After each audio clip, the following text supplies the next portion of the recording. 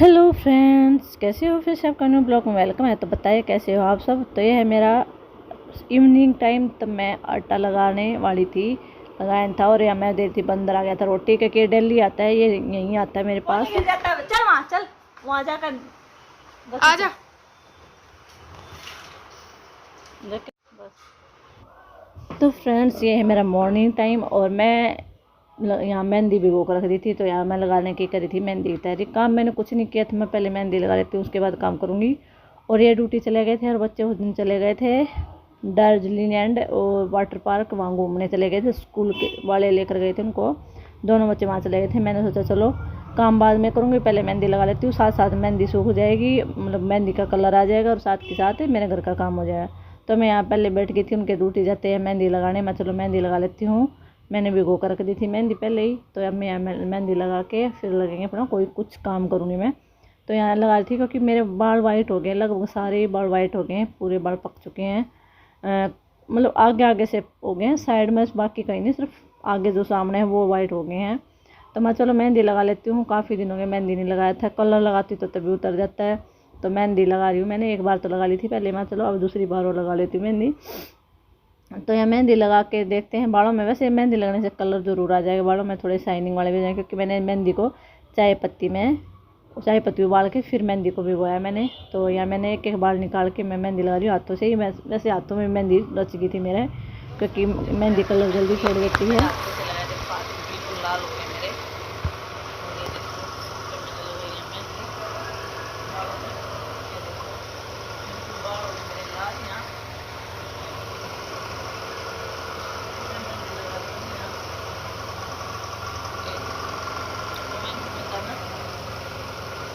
और ये बार मैं पॉलीथीन डाल लेती हूँ, इसके ऊपर थोड़ी देर पॉलीथीन डाल के रखूँगी, इतना मसाला लेती करने का।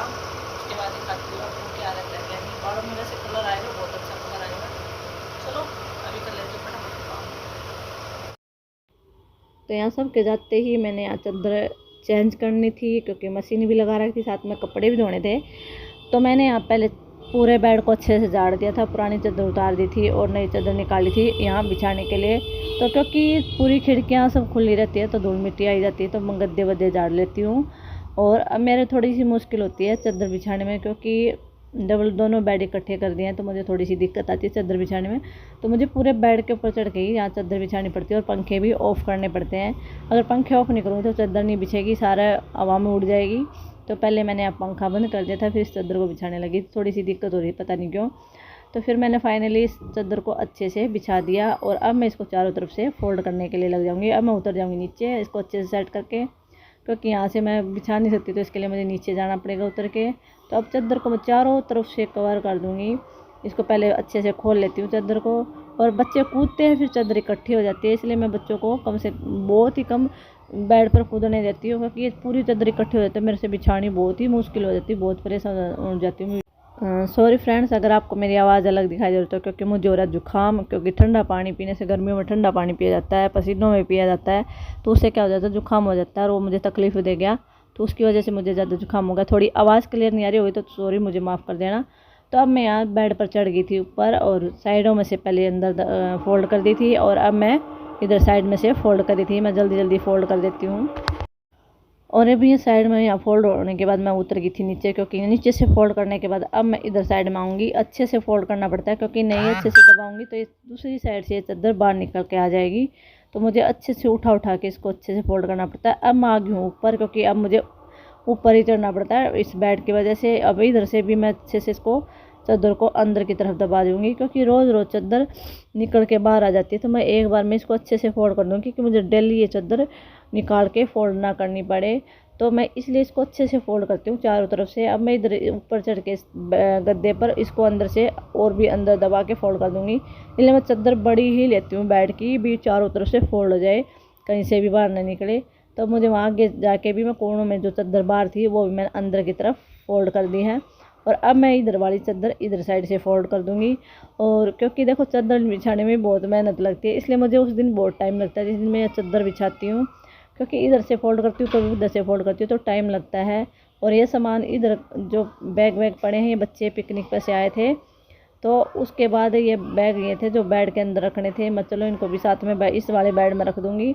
उस वाले में रखूँगी तो फिर खोलते हैं तो सारी चादर बिखर जाती है, फैल जाती है।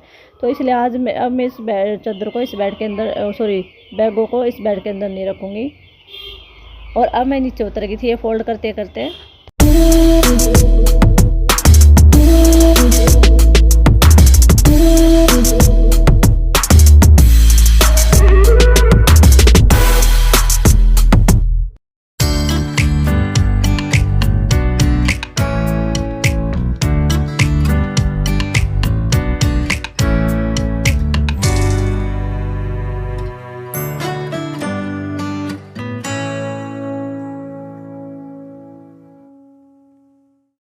और अब चादर फोल्ड करने के बाद मैं पिल्लो में कवर भी डाल दिए थे और अब पिल्लो को अच्छे से बेड के ऊपर सेट कर दिया था। अब आगे थी दूसरे बेड की बारी में, चलो इसको भी सेट कर देती हूँ। सारा सामान बेड को उतार के और जो कपड़े फालतू एक्स्ट्रा पड़े थे उनको निकाल के मैं साइड में झाड़ के उनको कूलर के ऊपर रख दिया था।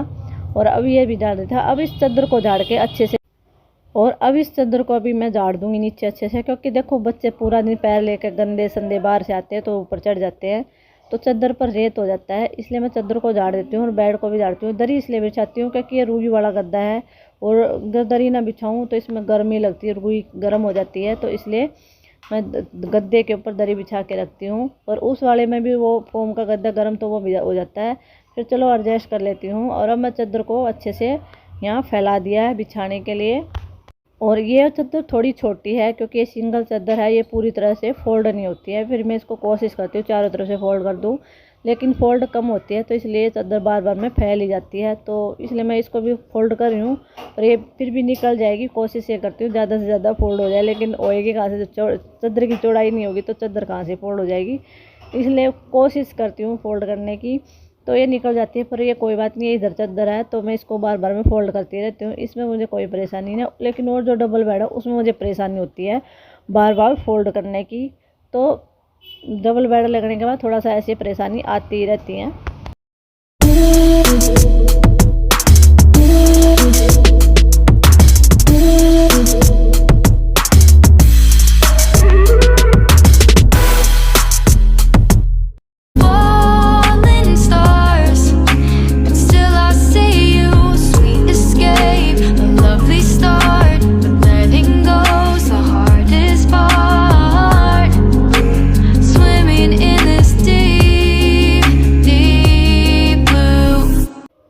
और फिलहाल मैंने अब दोनों बेड की चादर अच्छे से फोल्ड कर दी थी, जचा दी थी, सब कुछ बिछा दिया था, अच्छे से कर दिए थे कवर। अब ये चादर थी जो एक्स्ट्रा, तो इसको मैं कूलर के ऊपर ढक देती हूँ। मैं धूल मिट्टी आए ना तो कूलर के ऊपर पड़ा रहे, तो ये भाई इसको मैं कूलर को ढक दूँगी। और जो एक्स्ट्रा सामान इधर उधर पड़े हैं ये सारे मैं कूलर के ऊपर फोल्ड करके रख देती हूँ, क्योंकि एक्स्ट्रा हैं ये पहनते नहीं हैं। फिर मैं सोचती पड़े हैं कभी गर्मी में पहनना पड़ जाए, क्योंकि नरम कपड़े हो रहे हैं, घिस गए हैं, तो कभी गर्मी में पहनने की ज़रूरत पड़ जाए, तो इसलिए मैं यहाँ कूलर पर रखे रखती हूँ। वैसे वो कोई ज़रूरत नहीं है, फिर भी मैं रख देती हूँ उठा के। तो यहाँ मैंने सारे कपड़े कूलर के ऊपर रख दिए हैं, तौलिया बोलिया भी कूलर के ऊपर रखती हूँ। और एक एक्स्ट्रा सूती कपड़ा रखती हूँ जिससे मैं मुँह साफ़ करती हूँ, क्योंकि कॉटन के कपड़े से मुँह साफ़ करना चाहिए, ऐसे डाले रखती हूँ मैं। और ये चुन्नी मैंने टांग दी थी, उसके बाद मैं लगी थी झाड़ू लगाने में। चलो कमरे में झाड़ू लगा देती हूँ और फटाफट मेरा काम करती हूँ। बाहर चौक में भी झाड़ू लगानी है, बाहर चौक में पोछा भी लगाना, मतलब काम बहुत ज़्यादा था मेरे पास, तो मैं पहले झाड़ू लगा लेती हूँ। कम से कम 9 बज गए थे जब मैंने इतना काम करा, तो मैं चलो फटाफट झाड़ू लगा के और सारा कूड़ा उठा के मैं चलती हूँ चौक में। तो यहाँ झाड़ू लगाने के बाद अब आ गई थी मैं इधर अंदर में फ्रिज के पास, यहाँ भी झाड़ू लगा दूँ। काम बहुत ज़्यादा होते हैं क्योंकि बच्चे तो स्कूल वो सोची दार्जिलिंग बहुत सारे बच्चे इधर उधर घूम रहे होंगे शायद, पता नहीं मुझे क्या कर रहे थे। और मैं यहाँ लगी थी फटाफट काम करने, मैं फटाफट काम कर देती हूँ, सारे काम जल्दी जल्दी हो जाए और फिर मैं अपना काम लगूँगी। क्योंकि पता है आपको चौक भी बहुत लंबा है, मेरा बहुत ज़्यादा काम हो जाता है। ऐसे बोलते हैं वहाँ क्या काम है, कुछ नहीं काम है, तो ऐसी कोई बात नहीं, जहाँ हम बाहर रहते हैं काम वहाँ भी होता है। मुझे यहाँ भी बहुत काम है, पूरा चौक पूरा झाड़ू पोछा सब करना पड़ता है, बाथरूम साफ़ करना पड़ता है, रोज़ क्लीन करती हूँ बाथरूम को भी, और किचन भी रोज़ क्लीन करती हूँ मैं। काम मेरा इतना ज़्यादा हो जाता है, बहुत ज़्यादा हो जाता है। दोनों बेडों को झाड़ना, चादर वो करनी, क्योंकि एक ही कमरा है तो उसको साफ़ रखना पड़ता है मेरे को। तो ऐसे बोल देते हैं ना वहाँ एक कमरा है 4 आदमी रहते, क्या काम है, तो ये काम बहुत होता है, ऐसा कुछ नहीं है। अभी 4 आदमी जहाँ 2 आदमी रहते काम तो वहाँ भी होता है, बस यहाँ भैंसों का काम नहीं है, बस इतना फ़र्क है, बाकी काम इतने हैं बहुत ज़्यादा। फिर भी मैं जल्दी करने की कोशिश करती हूँ। फिर मुझे 10:30 यानी 10 का तो आराम से बज ही जाते हैं ये काम करने में भी।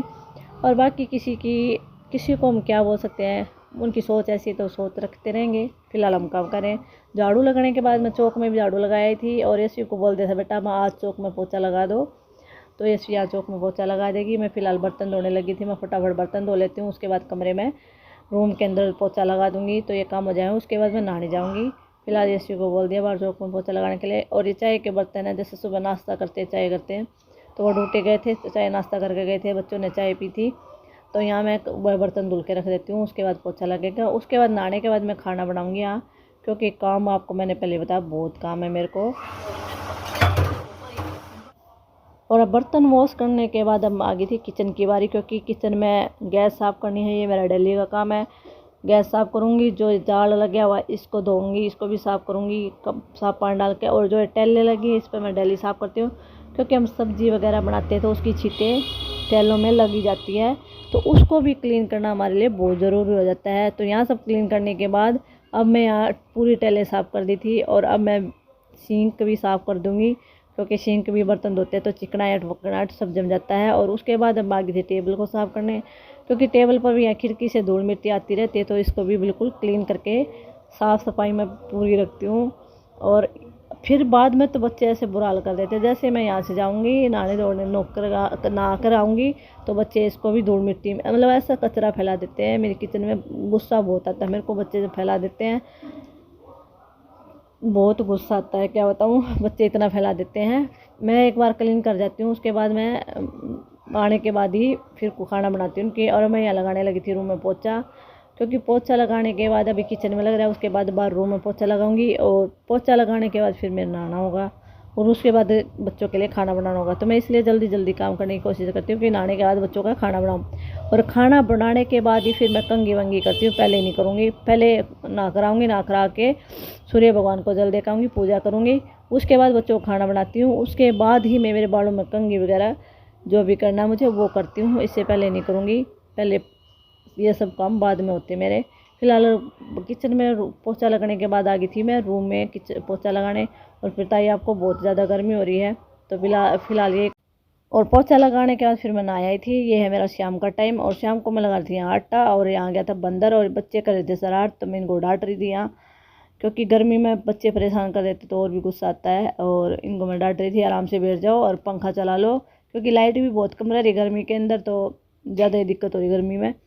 और यह मेरा आटा लग गया था, मैं आटे को भी यहाँ ढक के छोड़ दी। कुछ ये दिन में बच गया था आटा, ये वो है, और कुछ अभी लगा दिया मैंने, क्योंकि आटा थोड़ा लगाती हूँ फिर ज़्यादा लगी ज़्यादा थोड़ा बहुत वो तो बच जाता है। 1-2 बंदर की रोटी बन जाएगी, 1-2 गाय की या कुत्ते की रोटी बना दूँगी। ये बंदर देखो यहाँ है वह बैठा हुआ है, तो फिलहाल इसके लिए रोटी मैंने रख रखी थी दिन वाली, तो वो उसको दे दूँगी। ये इसको हाथ दे रहे थे तो ये हाथ पकड़ने के लिए बार बार बंदर हाथ डाल रहा था बच्चों के हाथ पकड़ने के लिए, तो मैं इसको डांट रही थी ऐसा मत कर, अगर इसका एक नाखून लगे तो इंजेक्शन लगवाना पड़ जाएगा। तो अब ये मैं आटा लगा के उठ गई थी, आटा लगाने के बाद प्लेट ढक दी थी और अब मैं बंदर को मैं रोटी दे रही थी। तो मैं इसको हेलो हेलो तो लेकिन ये नहीं, क्योंकि इसको अब रोटी मिल गई तो हेलो नहीं करेगा। तो अब ये रोटी लेके वहाँ पवीन ने डंडा दिखा दिया था इसको, तो ये उधर बैठ गया। तो मैं इसको ज़ोर ज़ोर से डांट थी, ऐसी पिटाई कर दूँगी तेरी, दूर बैठ जाए यहाँ से। और बंदर यहाँ से रोटी खा के चला गया था, मैं बनाने लगी रोटी फिलहाल, और बच्चे खा रहे साथ साथ। और मैं बना के नहीं रखती, बच्चे साथ साथ ही रोटी खाते हैं गरम गरम गर्मियों में भी। तो ये खाने के लिए गर्म रोटी नहीं बनाऊँ तो खाते नहीं जल्दी से, इसलिए गरम गरम ही बनानी पड़ती है और मैं भी गर्म ही खाती हूँ। तो फिलहाल ये रोटी बन गई है और सब्ज़ी भी बनी हुई है, ये मैंने अलग से निकाल दी टोपे में। फ़िलहाल एक रोटी बन गई है, अब दूसरी रोटी बनाने लग रही हूँ। तो खानी है तो आप प्लीज़ जल्दी से आ जाना। और मेरे ब्लॉग आपको कैसे लगते हैं कैसे नहीं कमेंट करके जरूर बताया करो। प्लीज़ रिक्वेस्ट करती हूँ ज़्यादा से ज़्यादा वीडियो को शेयर किया करो, आप वीडियो को शेयर नहीं करते हो। और यह मैंने देखो रायता बना रखा है, दही का रायता, और इसमें जीरा भून के डाल दिया, बूंदी डाल दी है, तो ये दही का रायता तैयार है। और ये करेले की सब्ज़ी है, तो करेला बनाया हुआ है, तो करेला दही रायता दोनों चीज़ मतलब दही का रायता बनाया जो वो सब रोटी। फिलहाल ये खाएंगे, खानी है तो प्लीज़ आ जाओ, क्योंकि गर्मी में सिर्फ ये चीज़ें अच्छी लगती है नॉर्मल। वैसे तो चटनी के साथ रोटी खाओ सबसे अच्छी लगती है, सब्ज़ी तो कोई भी अच्छी नहीं लगती गर्मी में, चाहे कोई भी सब्ज़ी है, चटनी रोटी बनाओ और लस्सी का गिलास हो, वाह क्या कहने बेस्ट हो जाता है फिर। तो फिलहाल मैं रोटी बना लेती हूँ, अगर अच्छी लगे तो प्लीज़ वीडियो को शेयर ज़रूर कर देना, क्योंकि मेरी बहुत गुस्सा भी आता है आप लोग शेयर नहीं करते हो, तो रिक्वेस्ट करती हूँ प्लीज़ ज़्यादा से ज़्यादा शेयर करना। बोलो जी।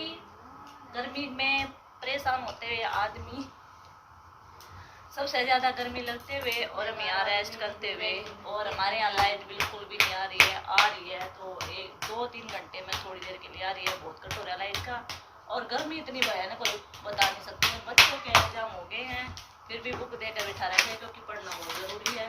इसको तो जो बहुत जबरदस्ती बिठाया जाता है, इसको निकम्मा लगता है, इसको तो बिल्कुल ही नहीं पढ़ने के लिए बोला जा सकता। इसकी पिटाई करनी बहुत जरूरी है मेरे लिए। और फिलहाल गर्मी में कहाँ जाने की सलाह, कहीं जाने की सलाह नहीं, क्योंकि बहुत ज्यादा गर्मी जाएंगे तो ज्यादा जहाँ तक हो सके तो ऋषिकेश मंसूरी वगैरह यहाँ जाने का प्लान है फिलहाल, बाकी पता नहीं है। और इनको मनाने की पूरी साजिश चल रही है, भगाने की, बहलाने की। नहीं माने तो कोई बात नहीं, हम हम खुद चले ही जाएंगे, नहीं माने तो It's खुद our जाना है। style. वो तो सिर्फ एक बार इनको मौका दिया जा रहा है कि आपको भी चलना है तो चलो, हाँ, नहीं चलो। तो नहीं तो फिर अगेंस्ट की हमें जाना ही होगा। बस पूछ नहीं रहे, बता रहे इनको जाना है।